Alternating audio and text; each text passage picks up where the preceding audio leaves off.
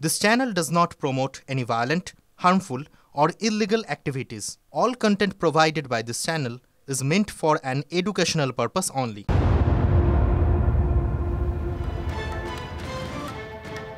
রামায়ণে ইন্দ্রজিতের আর এক নাম ছিল মেঘনাদ, কারণ সে মেঘের আড়াল থেকে লড়াই করত। বাংলার স্বাস্থ্য দপ্তরেও এক মেঘনাদ রয়েছে। কে তিনি? তিনি মুখ্যমন্ত্রীর চিকিৎসক এসপি দাস। তার অঙ্গুলি হেলানি নাকি স্বাস্থ্য দপ্তরের সব ফাইল নড়ে। আর সেই মেঘনাদের খোঁজ পেয়েছি আমরা। বাংলা টেলিভিশনে প্রথমবার এসপি দাসের এক্সক্লুসিভ ইন্টারভিউ। সব অভিযোগের জবাব দিলেন, আর তাতে বিরোধীরা কি আদৌ সন্তুষ্ট? তিলোত্তমা খুন ধর্ষণ বিতর্ক মাথাচাড়া দিতেই নানা প্রশ্নে স্বাস্থ্য দপ্তরের দিকে আঙুল উঠেছে। অনিয়ম বেনিয়মই যেন নিয়ম। রাজনীতির কারবারিরা এমন একজনের দিকে আঙুল তুলেছেন যিনি স্বাস্থ্য দপ্তরে কোনো পদেই নেই। তিনি স্বাস্থ্যের মেঘনাদ এসপি দাস, চিকিৎসক শ্যামা প্রসাদ দাস। যারা কনস্পিরেটর, যারা চক্রান্তকারী, যারা প্রমাণ লোপাটের সঙ্গে যুক্ত, তাদের গ্রেফতার চাইছি। Doctor SP Das, doctor Sandip Ghosh, Vineet Goel. মানে স্বাস্থ্য দপ্তরটা কি সত্যি সত্যি পুরোটা ডক্টর এসপিডি চালাতেন? মানে মুখ্যমন্ত্রী কি বিন্দুমাত্র কিছু জানেন না, নিয়ম কানুন জানেন না? নাকি আমাদের স্বাস্থ্য সচিবও জানেন না? স্বরূপ নিগম, নারায়ণ স্বরূপ নিগম, তিনিও কিছু জানেন না? সত্যিই কি স্বাস্থ্য ব্যবস্থার নিয়ন্ত্রক চিকিৎসক শ্যামাপদ দাস? অবশেষে মুখ খুললেন, কড়া প্রশ্ন দিলেন জবাবও। বাংলা টেলিভিশনে প্রথমবার TV9 বাংলা এক্সক্লুসিভ। আমি স্বাস্থ্যে কোনো পদে নেই, কোনো জায়গায় আমার সই নেই। আর স্বাস্থ্যের ব্যবস্থায় অনেক কর্তা ব্যক্তি আছেন, তারা এগুলো দেখাশুনো করেন।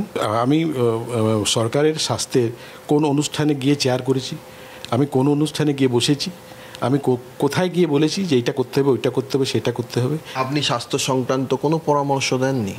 কেউ জিজ্ঞেস করলে, আমি অনেক সময় হয়তো জিজ্ঞেস করলে আমি বলেছি যে এটা যদি ভালো হয়ে থাকে তাহলে ভালো হয়ে থাকলে বলেছি ভালো, এটা খারাপ হয়ে থাকলে বলেছি না এটা ঠিক। কেউ যদি পরামর্শ চায় তাহলে কোন লোকটা পাবে, কোন ডাক্তার তো এসে পরামর্শ দেবে না ভালোটা? এটা তো বললে হবে না। ওনার তো ডাক্তার তো অনেক আছে। মানে ওনার মানে কি মুখ্যমন্ত্রীর কথা বলছেন তো? নিশ্চয়ই মুখ্যমন্ত্রীর ফ্যামিলি ফিজিশিয়ান অনেক দিন ধরে, সেটা কি কারণ? এবং ওনার ফিজিশিয়ান তো আরও তো আছে, তারা তো প্রভাবশালী, তারাও তো, তাদের নাম কেন আসছে না?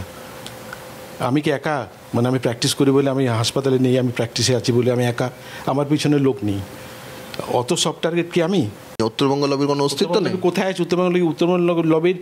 যে যতগুলো ডিএমই এসছে পরপর, যতগুলো ডিএইচএস এসছে পরপর, যতগুলো স্পেশাল সেক্রেটারি এসছে, ভিসি এসছে, কোনটা নর্থ বেঙ্গল মেডিকেল কলেজে পাস করা? 9ই আগস্ট তিলোত্তমা ধর্ষণ এবং খুনের দিন, সেই দিন আপনার সঙ্গে সন্দীপ ঘোষ, সুশান্ত রায়, সুদীপ্ত রায়দের সঙ্গে কথা হয়েছিল বা অভিজ্ঞদের সঙ্গে? অভিজ্ঞদের সাথে কথা হয়েছিল, পুলিশ ঠিকমতো কাজ করছে কিনা, মানে এসছে কিনা, সেই খবরগুলো আমি নিয়েছি অভিজ্ঞের কাছ থেকে। অভিজ্ঞ ওয়াজ প্রেজেন্ট দেয়ার। অভিজ্ঞদের সৌরভ পাল, সুশান্ত রায়, সুদীপ্ত রায়, সুরহিতা পাল, এনারা আপনার ঘনিষ্ঠ কি ঘনিষ্ঠ নয়, বা আপনার পরিচিত? আমার পরিচিত এরা। বীরভূমকে চিনব কী করে, কি মুশকিল। বীরভূমকে আমি দেখিনি, কোনদিন কথা বলিনি। শুভেন্দুকে তো খালি বলার চাপ দেওয়া হচ্ছে, আমার নামে বলুক শুভেন্দু, চাপ দিয়ে করানো হচ্ছে। অদৃশ্য শক্তি, যেমন অদৃশ্য শক্তি একটা, নর্থ বেঙ্গল লবি অদৃশ্য শক্তি একটা, সেরকম শুভেন্দুকে চাপ দিয়ে এগুলো বলানো হচ্ছে জোর করে। আপনি তো বলছেন যে বিরোধী দলনেতাকে কেউ একটা স্ক্রিপ্ট দিচ্ছে, সেই স্ক্রিপ্টটা উনি পাঠ করছেন, এবং সেটা আপনার দলেরই কেউ সম্ভবত। এসপি দাসের দাবিতে কি সন্তুষ্ট বিরোধীরা? শ্যামাপদ দাস লোকটা কে? তার একটাই সব থেকে পরিচয়, সে মমতা ব্যানার্জির নিজের ডাক্তার। মমতা ব্যানার্জির নিজের ডাক্তার হওয়ার সুবাদে তার কি যোগ্যতা সে জানা নাই, কিন্তু সারা স্বাস্থ্য দপ্তর তার অঙ্গুলি হেলনে পরিচালিত হয়। তাই সেই লোকের সঙ্গে আরজিকর কাণ্ডের ঘনিষ্ঠ সম্পর্ক নিশ্চয়ই আছে, সে যেভাবেই হোক। ডক্টর এসপি দাসের বিবৃতি প্রমাণ করছে যে সিবিআই এর তদন্ত একদম ঠিক পথে চলছে। মানে যারা অপরাধী তারা ধরা পড়লো বলে, আর তাই এখন সবাই সম্পর্ক ছিন্ন করছে। তিনি তো কেউ নন, সেটাই তো বক্তব্য। তিনি কেউ নন, তার সইও থাকে না, কিন্তু তিনি যেটা চান সেটাই হয় এবং সেটাই হয়ে এসেছে। বিতর্কিত চিকিৎসক নিজেই বলছেন সিবিআই ডাকলে যাবেন। সিবিআই কি ডাকতে পারে? সৌরভ দত্তের রিপোর্ট, TV9 বাংলা।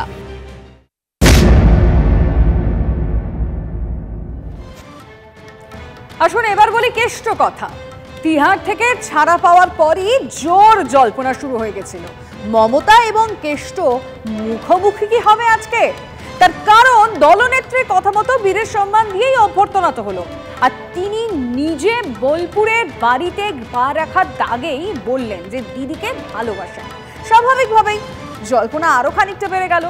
অনুব্রত মণ্ডলের সঙ্গে কি দেখা করবেন মমতা বন্দ্যোপাধ্যায়? আজ বোলপুরে নিচুপট্টির বাড়ি থেকে মাত্র 3.5 কিলোমিটার দূরে প্রশাসনিক বৈঠক করেন মুখ্যমন্ত্রী, আর বৈঠকে একবারও অনুব্রতর নাম পর্যন্ত উচ্চারণ করেননি। আর বৈঠক শেষে সোজা পাড়ি দিলেন কলকাতার পথে। ফলে আবার জল্পনা, বিতর্ক এরাতেই কি মানে যে যাত্রা ছিল কেষ্টর থেকে দূরত্ব বজায় রাখলেন তৃণমূল নেত্রী? ততদিন কেষ্ট ফিরে না আসছে, লড়াই আরো 3 গুণ বাড়বে। বীরের সম্মান দিয়ে ওকে জেল থেকে বের করে আনবেন, ঠিক আছে? দিল্লি থেকে ভোর 4:30 নাগাদ কলকাতায় পা রাখেন।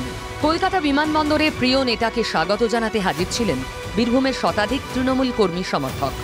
হুইল চেয়ারে বসে বিমানবন্দর থেকে বেরিয়ে সোজা বোলপুরের নিচুপট্টির বাড়ি।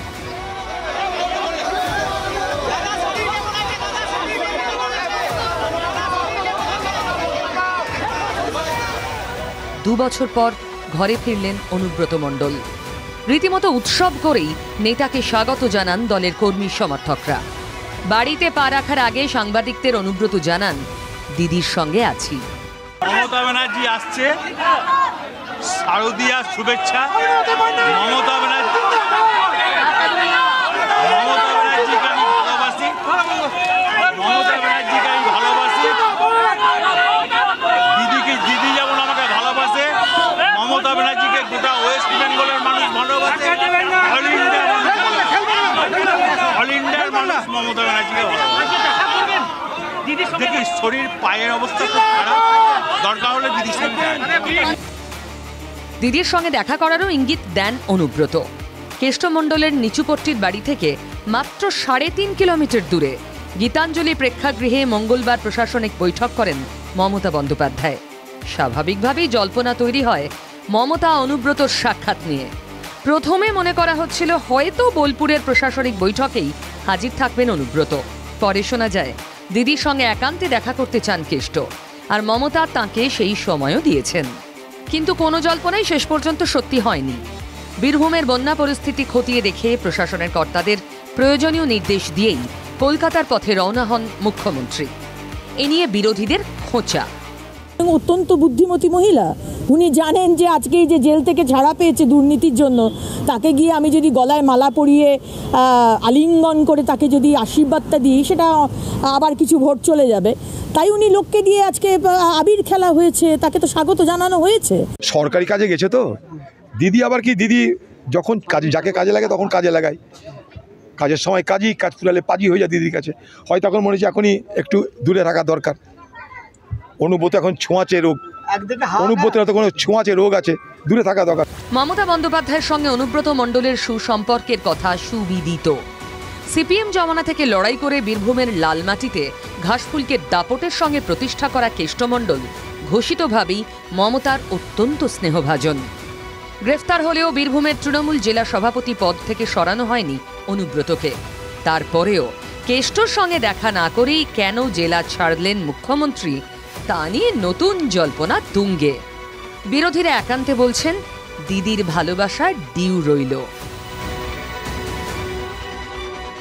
হিমাদ্রি মণ্ডল, TV9 বাংলা। উলুবেড়িয়ায় বোমা বাঁধতে গিয়ে গুরুতর আহত 4 জন, বিস্ফোরণের ফলে ক্ষতিগ্রস্ত 2টি মাটির বাড়ি। স্থানীয়দের অভিযোগ, ঘরের মধ্যে বেআইনি বোমা বানায় শেখ শামসুল, আর সেই সময় বিস্ফোরণ হয়। বেআইনি বোমা বাঁধার খবর পুলিশকে বারবার জানালেও কোনো ব্যবস্থা নেওয়া হয়নি বলে অভিযোগ এলাকাবাসীর।